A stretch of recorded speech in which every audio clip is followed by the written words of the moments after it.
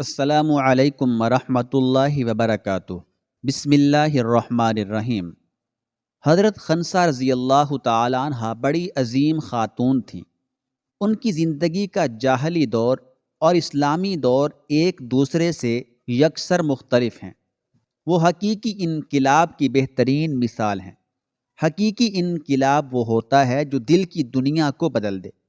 انہوں نے اپنے بھائی معاویہ بن عمر کے قتل ہونے پر بھی مرثیے لکھے تھے، لیکن دوسرے بھائی سہر بن عمر کے قتل ہونے پر تو ایسے دردناک اشعار کئی سال تک کہے جن کو سن کر مخالف قبیلے کے لوگوں کی آنکھوں میں بھی آنسو آ جاتے تھے۔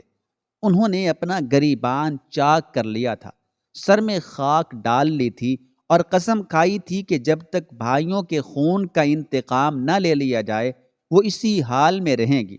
اپنے ایک مرثیے میں وہ کہتی ہیں، سورج کا طلوع و غروب اپنے معمول کے مطابق جاری ہے، مگر ہر طلوع آفتاب سحر کی جدائی کا پیغام لے کر آتا ہے اور دل پر آرے چلاتا ہے۔ ہر غروب آفتاب غم کی اتھاہ گہرائیاں لے کر سیاہ رات مسلط کر دیتا ہے اور مجھے سحر کی یاد تڑپاتی ہے۔ میں مانند بسمل تڑپتی ہوں۔ نہ موت کی آغوش نصیب ہوتی ہے، نہ زندگی کی مسکراہٹ کا سرا ہاتھ آتا ہے۔ سحر تیرے فراق میں میری آنکھیں بے نور ہوا چاہتی ہیں، مگر تیری رفاقت و معیت نے سال ہا سال مجھے خوشیوں اور مسرتوں کی بہاریں بھی تو دکھائیں۔ مقتولین پر آہو زاری اچھی نہیں ہوتی، لیکن تجھ پر رونا قابل تحسین و ستائش ہے کہ تو واقعی بے مثال شہسوار اور منبع جود و سخا تھا۔ حضرت خنسا رضی اللہ تعالی عنہا کی یہ کیفیت کئی سال رہی۔ آخر اللہ تعالیٰ نے ان کی قسمت بدلنے کا فیصلہ فرما لیا۔ توحید کی روشنی فاران کی چوٹیوں سے نمودار ہوئی، پھر یثرب کو مینار نور بننے کا شرف ملا۔ حضرت خنسا رضی اللہ تعالی عنہا کی جوانی ڈھل چکی تھی۔ اب مدینہ منورہ میں اسلامی ریاست قائم ہو چکی تھی۔ انسانیت نے صدیوں تک تاریکیوں میں دھکے کھائے تھے، اب انسانوں کے درمیان حق کا چراغ روشن تھا۔ قبیلہ بنو سلیم میں جب یہ دعوت اور روشنی پہنچی تو حضرت خنسا رضی اللہ تعالی عنہا کو یہ پیغام مانوس اور پسندیدہ محسوس ہوا۔ خوش بخت تھی، لمبا سفر کر کے مدینہ منورہ آئیں، حضور صلی اللہ علیہ وآلہ وسلم کی خدمت میں حاضری دی اور اپنے قبیلے کے پورے وفد کے ساتھ ایمان کی دولت سے مالا مال ہو گئیں۔ اس موقع پر حضور صلی اللہ علیہ وآلہ وسلم نے ان کا دل نشینی کلام سنا اور ان کی تعریف کی۔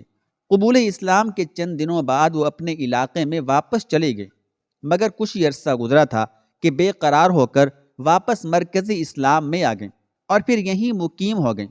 ایران و روم کے مقابلے پر جنگیں جاری تھیں۔ حضرت عمر بن خطاب رضی اللہ تعالیٰ عنہ کا دور خلافت تھا اور حضرت سعد بن نبی وقاص رضی اللہ تعالیٰ عنہ ایران کے مقابلے پر قلعے پر قلعہ فتح کرتے کسریٰ کی نام نہاد سپریمسی کو خاک میں ملا رہے تھے۔ ایرانیوں نے بالآخر ہاتھیوں کی فوج مقابلے میں لانے کا فیصلہ کیا۔ حضرت سعد رضی اللہ تعالیٰ عنہ نے امیر المؤمنین حضرت عمر رضی اللہ تعالیٰ عنہ کی خدمت میں خط لکھا کہ ان کی مدد کے لیے تازہ دم فوج روانہ کی جائے۔ جب امیر المؤمنین نے مدینہ منورہ میں اعلان کیا تو مجاہدین فوراً جہاد پر جانے کے لیے نکل کھڑے ہوئے۔ حضرت عمر رضی اللہ تعالیٰ عنہ تازہ دم لشکر اسلام کو مدینے سے رخصت کرنے کے لیے باہر تک پیدل چلتے ہوئے ساتھ ساتھ گئے۔ اس موقع پر وہ دعائیں بھی دیتے رہے اور نصیحتیں بھی کرتے رہے۔ عین اس موقع پر آپ نے ایک اونٹ پر بوڑھی عورت کو بیٹھے دیکھا تو پوچھا، آپ کہاں جا رہی ہیں؟ وہ فرمانے لگی، اپنے 4 نوجوان فرزندوں کے ساتھ میدان جہاد میں جا رہی ہوں۔ یہ بوڑھی خاتون سیدہ خنسا بنت عامر رضی اللہ تعالی عنہ تھی۔ یہ مجاہدین جب میدان جنگ میں پہنچے تو حضرت خنسا رضی اللہ تعالی عنہ نے اپنے بچوں کو رات کے وقت اپنے خیمے میں ایک یادگار نصیحت فرمائی۔ میرے بچوں، تم نے اپنی رضا اور خوشی سے اسلام اور ایمان کی دولت کو سینے سے لگایا، پھر اللہ کی راہ میں ہجرت کا شرف بھی حاصل کیا۔ خدا کی قسم، جس طرح تم ماں کے پیٹ سے پیدا ہوئے ہو، اسی طرح ایک باپ کے صلب سے پیدا ہوئے ہو۔ میں نے تمہارے باپ سے کبھی خیانت نہیں کی اور نہ تمہارے ماموں کو کبھی رسوا کیا۔ تمہارا حسب اور نسب ہر عیب اور داغ سے پاک ہے۔ آخرت کی دائمی زندگی دنیا کی حیات فانی سے کہیں بہتر ہے۔ اگر میدان جنگ میں لوگوں کے قدم اکھڑیں تو تم آگے بڑھنا، اللہ کا ذکر اور دعائیں کرتے ہوئے میدان میں ڈٹ جانا۔ خبردار، اگر میدان جنگ سے بھاگ کر آئے تو میں تمہیں کبھی معاف نہیں کروں گی۔ اللہ کے راستے میں جان قربان کر دینا سعادت اور جہاد سے منہ موڑنا اللہ کے غضب کو دعوت دینے کے مترادف ہے۔ چشم فلک نے اس روز وہ ہولناک منظر دیکھا جو کم ہی دیکھنے میں آتا ہے۔ جب ہاتھیوں کے لشکر نے ہلہ بولا تو آغاز میں غازیوں کے قدم اکھڑ گئے۔ اللہ اکبر، آج فاتحین پر بڑا کڑا وقت آ گیا تھا۔ عین اس لمحے سیدہ خنسا رضی اللہ تعالی عنہ کے چاروں بیٹوں نے ایک دوسرے کو نام بنام پکار کر کہا، ماں کی نصیحت کو یاد کرو۔ چنانچہ وہ آگے بڑھے اور ہاتھیوں کی سونڈیں کاٹنا شروع کر دیں۔ ہاتھیوں کے پورے جسم میں کانوں سے لے کر دم اور سر سے لے کر پاؤں تک کوئی حصہ ایسا نہیں ہوتا جس پر تیر، تلوار یا نیزہ کوئی اثر دکھا سکے۔ صرف سونڈ وہ حصہ ہے جو نرم ہوتا ہے اور تلوار سے کاٹا جا سکتا ہے۔ اب ایرانی ہاتھی بل بلا کر پیچھے کی جانب بھاگنا شروع ہو گئے۔ اکھڑے ہوئے قدم پھر سے جم گئے۔ گھمسان کا رن پڑا۔ دونوں جانب سے لاتعداد لوگ قتل اور شہید ہوئے اور ان سے زیادہ زخمی اور مجروح ہوئے۔ شام کو لوگ اپنے اپنے خیموں میں واپس پلٹے تو معلوم ہوا کہ کون زندہ سلامت واپس آیا اور کون خلعت شہادت سے سرفراز ہوا ہے۔ شام کے جھٹپٹے میں ہی اس خیمے میں چراغ جل رہا تھا اور آج اس میں بوڑھی خاتون حضرت خنسا رضی اللہ تعالی عنہ تنہا بیٹھی تھی۔ اس خیمے میں کوئی بھی واپس نہ آیا۔ حضرت سعد بن نبی وقاص رضی اللہ تعالی عنہ کو معلوم ہوا تو خود چل کر اس خیمے میں پہنچے۔ بہادر اور جری سعد کے لیے زبان سے ایک لفظ نکالنا بھی مشکل ہو رہا تھا۔ حضرت خنسا رضی اللہ تعالی عنہ نے پوچھا، سعد، جنگ کا کیا نتیجہ رہا؟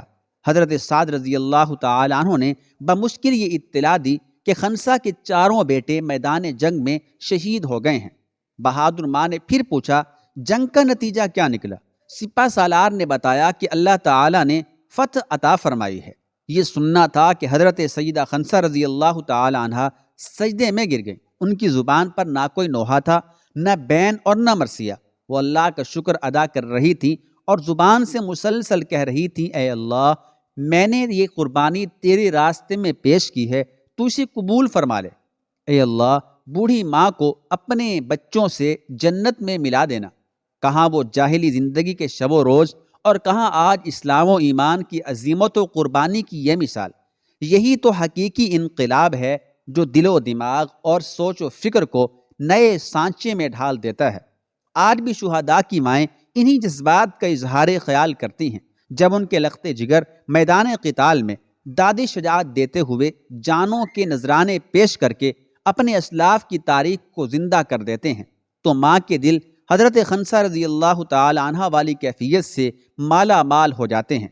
حضرت خنسا رضی اللہ تعالی عنہ نے اپنے دور ایمانی میں کئی مرتبہ اپنے مقتول بھائیوں کی یاد میں ان جذبات کا اظہار بھی کیا کہ اگر وہ حالت ایمانی میں اللہ کی راہ میں جہاد کرتے ہوئے شہید ہو جاتے تو دل کو قرار آ جاتا، مگر ہائے حسرت کہ وہ جاہلی زندگی میں موت سے ہمکنار ہو گئے۔ اسلام ایک قوت ہے، ناقابل تسخیر۔ ایمان اور شوق شہادت ایک دولت ہے، بے بہا اور بے بدل۔ ہمیں اپنے ایمان کو تازہ کرنے کی ضرورت ہے۔ اسلام کی صحیح قدر و قیمت جاننے کا وقت ہے، پھر ہم پر اللہ کے فضل و کرم سے کوئی غالب نہیں آ سکتا۔ دعا ہے کہ اللہ تعالیٰ فلسطینی مسلمانوں کی مدد فرمائے اور مجاہدین کو اللہ تعالیٰ غیبی فتح و نصرت عطا فرمائے اور ہمیں بھی اس راستے میں جانے کی، شہادت پانے کی توفیق عطا فرمائے۔ آمین یا رب العالمین۔ کمنٹ باکس میں آمین ضرور لکھنا۔